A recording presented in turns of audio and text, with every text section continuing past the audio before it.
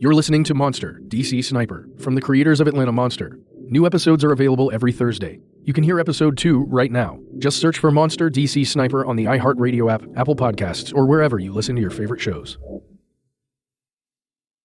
The views and opinions expressed in this podcast are solely those of the podcast author or individuals participating in the podcast and do not represent those of iHeartMedia, Tenderfoot TV, or their employees. Listener discretion is advised. It was quite a warm morning. I drove my son to school with some other children. I dropped them off around 8 o'clock, and my 2-year-old was still in the car. So he was in a car seat. We were listening to children's music in the car on the radio. I went to the gas station, and I stopped to pump gas. My name's Dr. Caroline Namro. I'm a pediatrician. I live in Silver Spring in Maryland. It was a lovely day. It was very warm. So I opened the windows. So as I rolled the windows down a bit, I turned and I looked to the right, and there was a taxi, and there was a gentleman who was filling his car with gas. But I thought it was unusual because he was filling the tank from underneath the license plate, which I had never seen before. I looked at him for a few seconds, and he looked up at me, and we made eye contact. So I just, smiled. I reached to get my purse to take out my credit card, and I heard a bang. And immediately in my head, I thought that was a gunshot. But at the same time, I thought, no, why would there be a gunshot? It must be some sort of electrical problem, maybe with the car, and he was doing something weird, and he shouldn't have been filling it from under the license plate. How strange.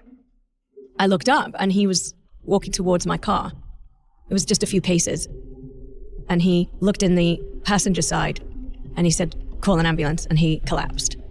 And I was shaking, so I immediately grabbed my phone, got out of the car, and called 911, and I was totally in shock. Fire an ambulance. I'm not being killed in front of me. I don't know.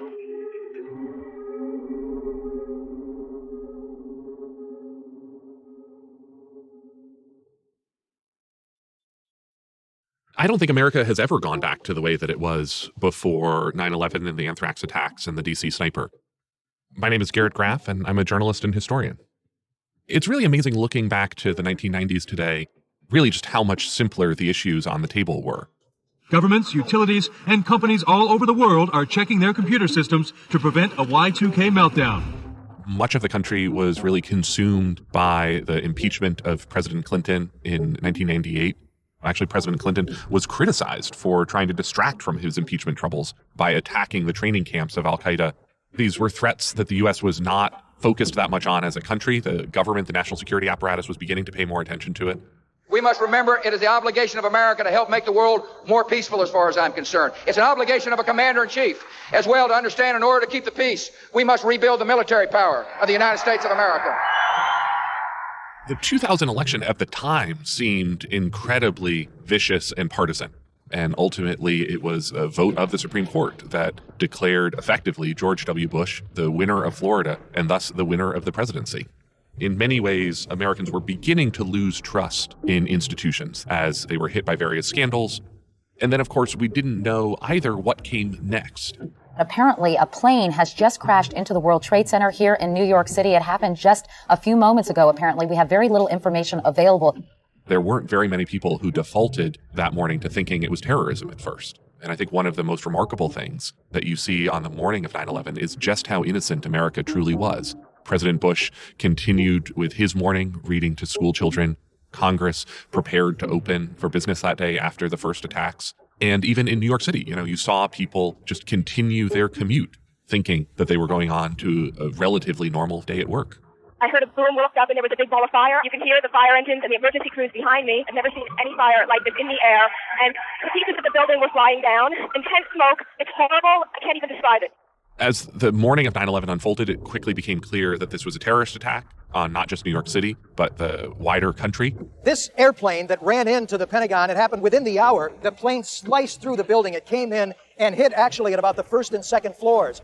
We really didn't know how wide the attack actually would go. Skyscrapers were evacuated in Boston and Chicago and Los Angeles and other cities across the country as people feared that there could be more planes still in the sky.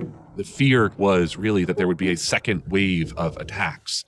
That sense of fear was certainly driven by the accelerating media culture as well. There are thousands of these terrorists in more than 60 countries. They are recruited from their own nations and neighborhoods. and brought to camps in places like Afghanistan, where they're trained in the tactics of terror. Unrelenting coverage contributed to this pervasive fear about whether we were safe living our daily lives. There was the expectation, really, that DC would be attacked again by Al-Qaeda, by a car bomb, by more planes. There was a real fear about whether this was the day that the next shoe dropped. In the wake of 9/11, all of us living in the DC area were terrified, and we were all just waiting for the next horrific act of terror. I'm Tony Harris. In the fall of 2002, I was working as a news anchor for Fox 45 in my hometown of Baltimore, Maryland. On the morning of October 3rd, reports began flooding our newsroom about random shootings in Montgomery County, Maryland. We do have 5 fatal shootings for no apparent reason, no robbery motive or anything like that. People who are just sort of out and about doing their normal tasks. You know, you think you're out here safe, and here's this woman coming out of this, apparently the post office, and was just shot. The people of Maryland looked to their televisions, to journalists like me for answers. But we didn't have them.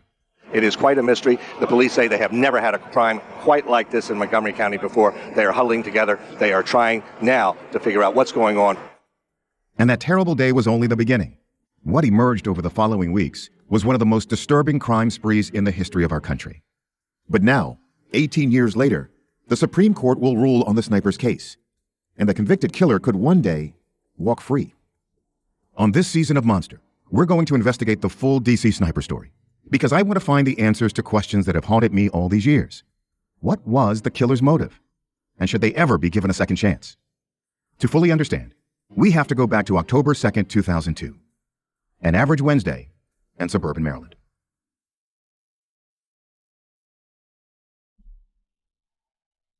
October 2nd, 2002 was an unusually warm day for DC. I was working the evening shift. You handle the routine calls. There are several of us working, everybody working in a cubicle. Nothing special really going on. It was in the early evening. The phone rang, and we don't have a secretary at night, so whoever picks up the phone, whatever's on the other end of it, you get it. This is Patrick McNerney, a former homicide detective with Montgomery County Police in Maryland. I was told by our communications center there had been a shooting murder, or as we call it, an 0100, in the Wheaton-Glenmont district in the Shoppers Food Warehouse parking lot. So we're running lights and siren over to the scene. It took about 15 minutes to get there. We're presented with a very large crowd in front of the Shoppers Food Warehouse. McNerney took charge of the crime scene. He locked the area down, began interviewing witnesses, and tried to figure out what just happened. This could have been a robbery, or somebody walked up to this guy and shot him. And then we still had to deal with, why did it sound like a cannon going off? That was a report from the first officer, who was actually sitting right across the street when the shooting took place. The sound I heard wasn't really to me immediately recognizable as a gunshot. It was just this enormously loud percussion. I'm Alan Felsen. At the time, I was working for the Montgomery County Police Department. I was a bicycle patrol officer assigned to the Wheaton District. The police station is directly across the street from the Shoppers Food Warehouse where we're standing today, so that's where I was then. Felsen was the first officer on the scene. He heard the shot and responded immediately, but it was already too late. The killer got away. How could a shooter pull this off in broad daylight, right next to a police station? I asked Felsen to meet me here and explain what he saw that day. So you're sitting there in your cruiser. At that point, describe what happens and what you hear. There's a business right next door here called Country Boy that's been here forever. They use forklifts and pallets. They sell mulch and garden supplies. And I mean, I almost thought that one of their 18-wheelers had been knocked over or something. It was this enormously loud percussion. So I did not immediately go, wow, that sounds like a rifle. It was just this really loud thunderclap kind of sound. So obviously, it drew everyone's attention. In the police station, people heard it inside, because that's only 100, 150 yards away. They came to the door and looked out. It was that loud? Yes. Because I was directly across from the Shoppers Food Warehouse, I think I already saw that the people in front of the store were looking straight at the parking lot from the store. I pulled out, flipped on the emergency lights on the car. It was probably less than a minute that it took me, to drive there. But as soon as I pull in, I can see that there's a man laying face down in the parking lot. So I pulled in and I just yelled at the people who were staying there, did anyone see anything? And I just got kind of no reaction. Everyone was still just staring. I think I then yelled to them, if you heard the shot, stay here, or if you saw anything, stay here. And then drove my car up the aisle closer to where the victim was. So there's a light pole here, and the victim was on the pavement. He had blood on his chest and around his mouth. He had no pulse and wasn't breathing.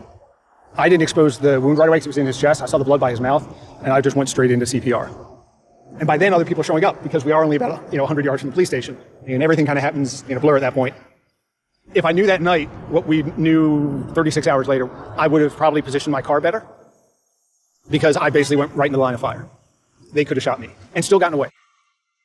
Again, at this point, we didn't know it was a rifle. That realization only came when I went in with one of the homicide detectives to the Shoppers Food Warehouse, and we reviewed their security footage.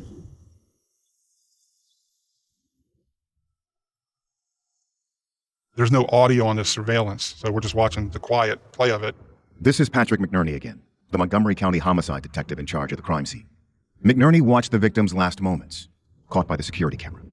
And reviewing the tape was he pulled into the parking lot in his truck, parked in a parking space probably 20 spaces away from the store, gets out, walks, he takes 5 or 6 steps, and then he goes down. And we see, there's nobody standing near him. All right, so now we have to train our thinking. It's not a walk up and shoot. We're looking at a long-range shot. Let's see if we can find a projectile, which is truly the needle in the haystack at this point, with all the residual trash, loose pebbles, stuff like that in the parking lot. Now we're even more concerned about cars riding through, stuff getting caught into the treads, because we don't want to miss anything. Fire rescue had already come in and determined that this person was deceased on the scene.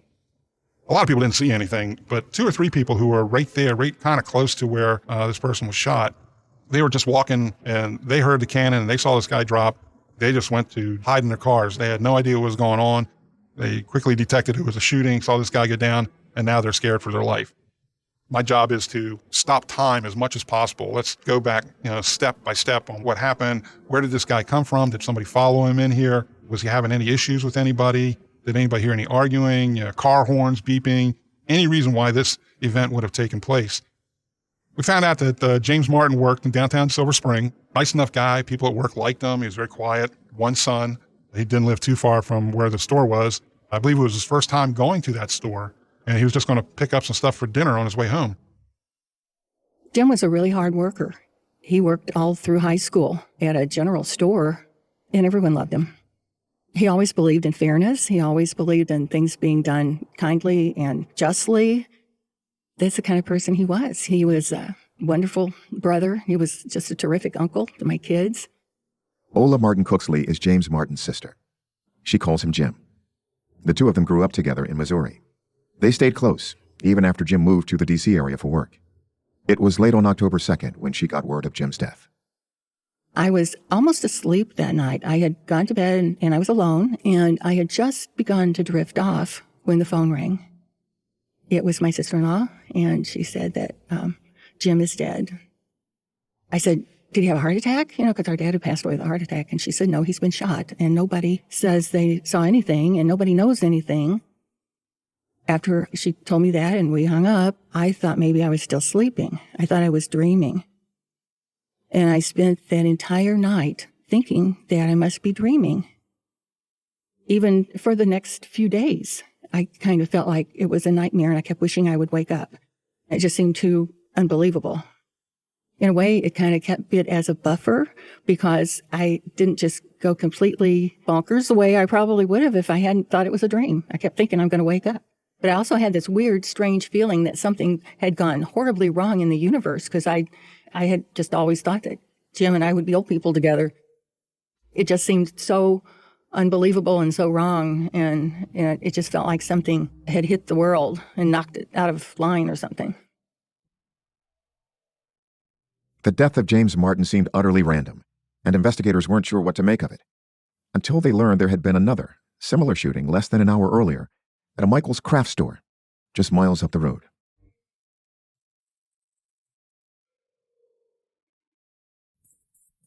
I'm Stephen Rennell, the host of the Meat Eater podcast and the Netflix original series Meat Eater. As a hunter and wildlife enthusiast, the question comes up, how can you justify killing and eating animals that you love and protect? Well, that's part of what we wrangle with on the Meat Eater podcast, along with broader and often funnier discussions about living an outdoor life in the modern world. Listen to the Meat Eater podcast on the iHeartRadio app, Apple Podcasts, or wherever you get your podcasts. The Fall Line is a deep dive true crime podcast focused on missing people, unsolved homicides, and unidentified persons whose cases have gotten little, if any, media attention. Through narrative storytelling, primary and archival research, and expert and family interviews, The Fall Line introduces listeners to victims and survivors they've never heard of and explores the reasons why their cases were ignored in the first place. This September, we cover a forgotten and unsolved series of cold cases, the Atlanta Lovers Lane murders. In 1977, just years before the Atlanta child murders gripped the nation, there was another killer prowling the city, a gunman targeting couples in city parks, attacking in a pattern. Even as police searched for him, they explored the possibility that he might be one of their own. Listen starting September 9th, anywhere you get podcasts.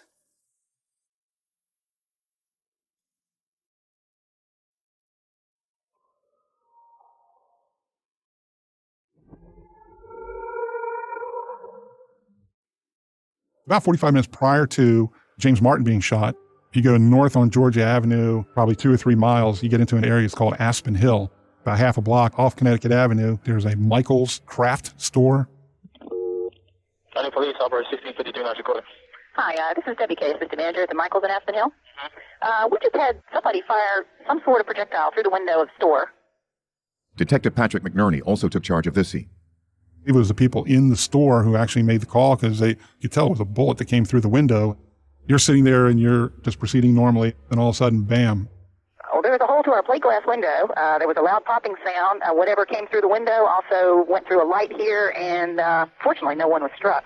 The shot rode high, and when it entered the glass in front of the Michaels, it hit one of those lane markers, it says lane 1, 2, 3.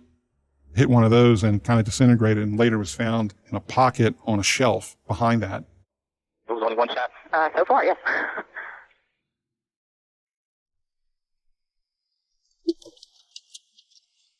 So this is the Michaels Arts and Crafts store, and this is the location of the first rifle shot. They take off, they drive away, they head up the road 2 miles at the most, and that's when this story takes the horrible and gruesome turn. I've got to tell you, this is the most average strip mall in America, and I visited 1,000 of them growing up in Maryland. That's what this place looks like.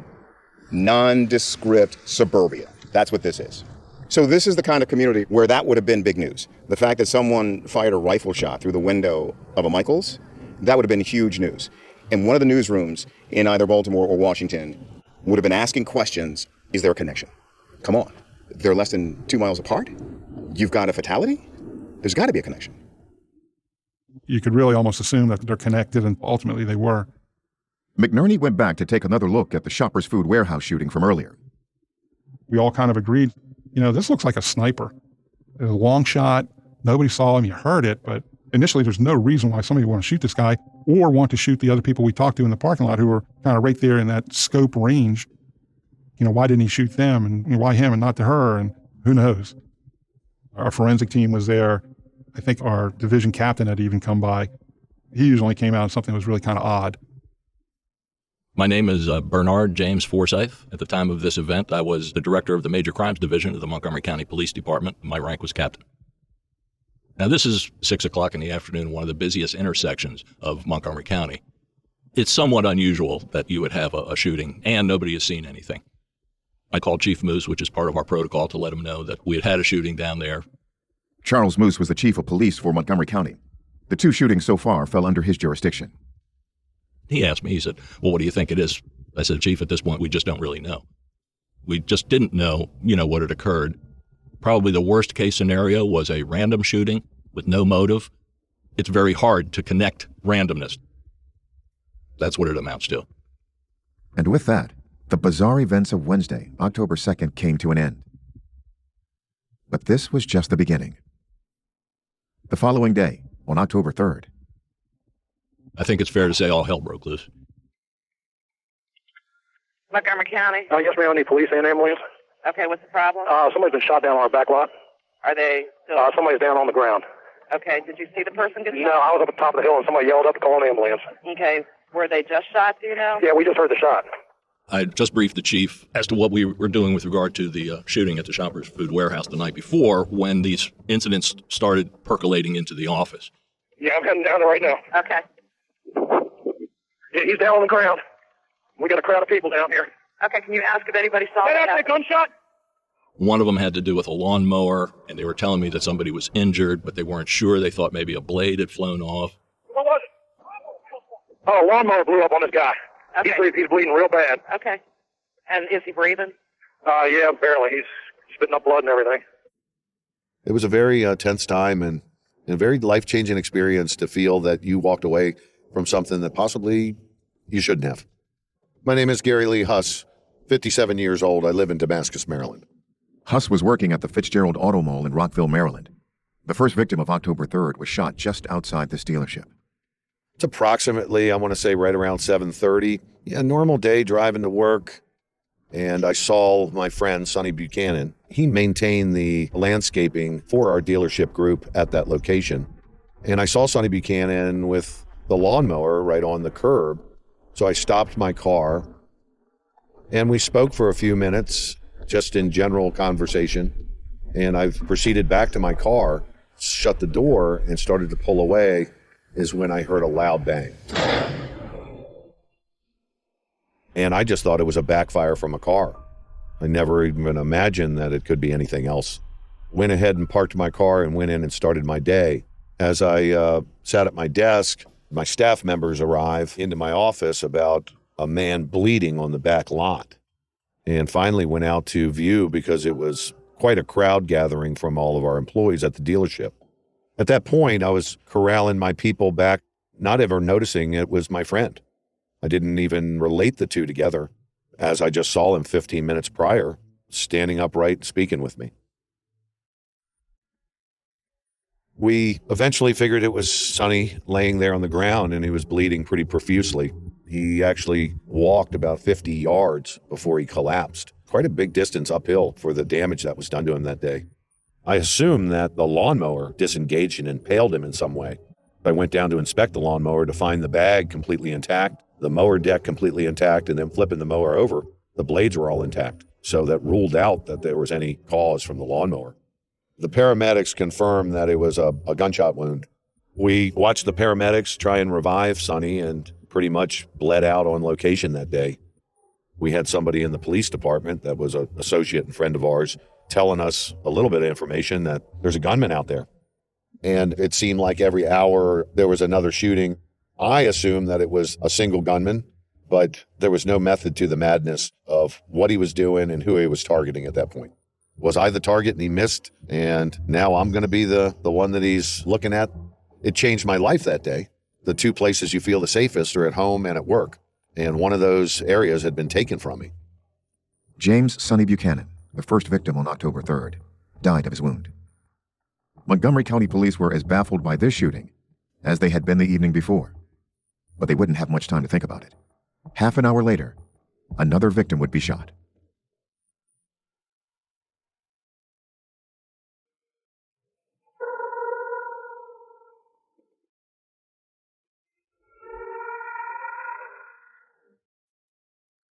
At 8:12 a.m., only 32 minutes after Sonny Buchanan was shot, police learned of another shooting.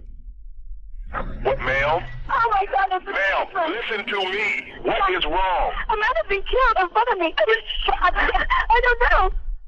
That was Caroline Namro from the very beginning of the episode. After pulling into a gas station, she heard a loud gunshot. Prem Kumar Walakart then collapsed in front of her. She immediately called 911. As I was speaking to the 911 people, I saw this police car and I sort of waved over to him. And I went over to the taxi driver, Mr. Walker. He was taking a few breaths. He was not verbal at that point. The last thing he said was when he looked through the window and he said, call an ambulance, and then he collapsed. I felt such panic as a physician because I felt helpless. I had no equipment, no monitor to put the person on, no oxygen, no suction. I'm used to having everything to hand. What focused me was, as I spoke to myself in my head, you can do this. You know CPR, you're a doctor. I dropped to the floor and tried to check for a pulse, and then the policeman appeared, and I said, I'll do the mouth-to-mouth part, you do the chest compressions. I started CPR, and the policeman did assist me. I remember my hands were shaking as I was doing this. There was a lot of blood, and I realized that he was stopping breathing. I couldn't feel a good pulse. I think I felt for a second or two very, very thready, thin, uneven pulse, and then it went away. Unfortunately, he vomited. By that point, 2 ambulances appeared and they parked on Connecticut Avenue. And I remember saying to the policeman, why are they not coming? I need to suction the airway. You can't do mouth to mouth if the airway's blocked. So I didn't understand why were they not getting out. Then the ambulance people did come out of the trucks and they did come towards us. It was all a matter of minutes. Of course, at the time, it felt extremely prolonged for everybody to arrive, but I don't think it was. Then the ambulance people tried to intubate at the scene and put Mr. Welker on a gurney. And then I just remember a lot of police presence, and everything happened very fast after that. And my husband had arrived, and he'd been allowed to take my son, my 2-year-old, away.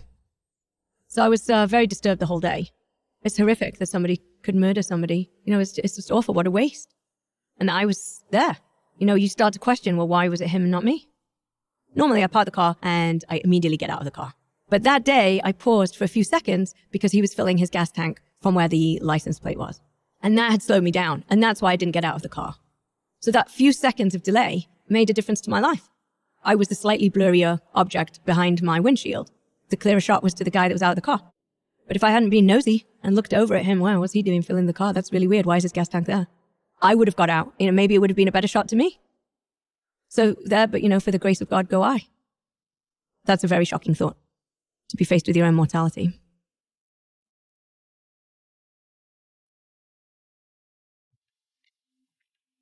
Montgomery County Police were starting to realize they had something big on their hands. At this gas station, where Prem Kumar Walekar was shot, law enforcement held the first of many press conferences. We are presently making all of the notifications to the immediate family members. Our investigators are making that personal contact to all of those individuals. This is Montgomery County Police Chief Charles Moose. Since these shootings took place in his jurisdiction, Chief Moose was in charge of the investigation. We have a number of different resources that have been deployed. Clearly, we have a number of police officers on the street, in uniform, in plain clothes. There are numerous traffic stops, numerous arrests occurring throughout the county. We're also putting together the last technical pieces of the hotline. We anticipate in the next couple of hours coming back to you with that number. Would ask you as the media to please be very diligent in helping us get that number out. And I would anticipate at that same time that we will connect that hotline to a reward. The FBI, ATF, U.S. Marshals, and the Secret Service are all involved in this investigation, bringing resources to the table, bringing investigators, bringing experience to this situation that is very bizarre to all of us. The fear of these attacks, the fear spawned by these attacks, really rippled across the capital region and up and down the East Coast, whether you were an ordinary office worker, a school child, or a law enforcement official. This is journalist and historian Garrett Graff. In some ways, the fear was truly crippling at the time, because what you had was, we had been told for a year since 9/11 that more attacks were coming. We didn't know when, we didn't know what form they were going to take, we didn't know how long the attacks would go on. Federal law enforcement and the intelligence agencies had been already operating at a crushing tempo in the wake of 9/11. And then along comes the DC sniper, and all of the country's worst fears are realized. The idea that these were ongoing attacks with very little information carried out for no discernible purpose. This was in some ways the worst case scenario for what we had all feared was coming after 9/11. As the sniper attacks continued and spread, this was something that just altered the fabric of life in the Capitol. It was scary to be outside. It was scary to be on your daily commute. It was scary to go to the grocery store or fill up your car with gas. And then as the DC sniper case unfolded, that terror only grew. Even at my station in Baltimore, the paranoia and confusion was everywhere. No one knew when or where the snipers would strike next. It was a terrible feeling, one that stuck with us for weeks. And it's a feeling I'll never forget. Just when you thought it might be over, news would come in about another shooting.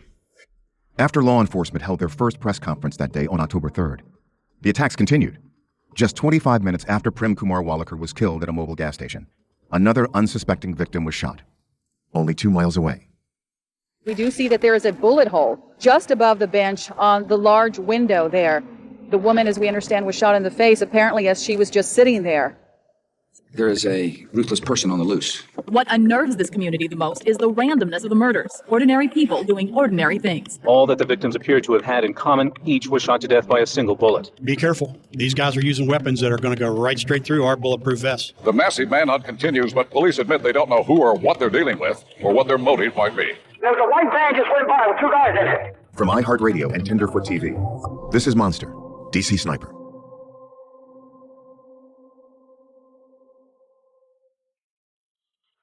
This season, on Monster, DC Sniper.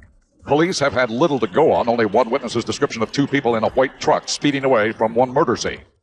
And he described the vehicle, and he said the guy was leaning out, like on the driver's side mirror. That was the first lead where someone had actually seen somebody. More about that calling card. It was left at the scene of the most recent shooting. It was a card from a fortune-telling deck that's known as the Death Card, with a note written on it, "Dear policeman, I am God." But they find out soon that the information they got was bad. FBI in Washington, D.C. did a more thorough search, and that's when we got a hit on a fingerprint. We just heard it on the local AM radio station. The snipers are in the rest area in Myersville. Send everybody you got. If you understood the case, it was basically just two outcomes, death or life. That was it. His sentencing is not constitutionally acceptable. He has to be sentenced in a way that gives a jury the option to go lower than that. He was a psychopathic, cold-blooded killer that can never walk the street again. I do believe he was brainwashed, for lack of a better term. I get the feeling he agrees he has to pay a price, but I don't know if he thinks he's already paid it or not. I don't know the answer to that. But I'd like to ask him.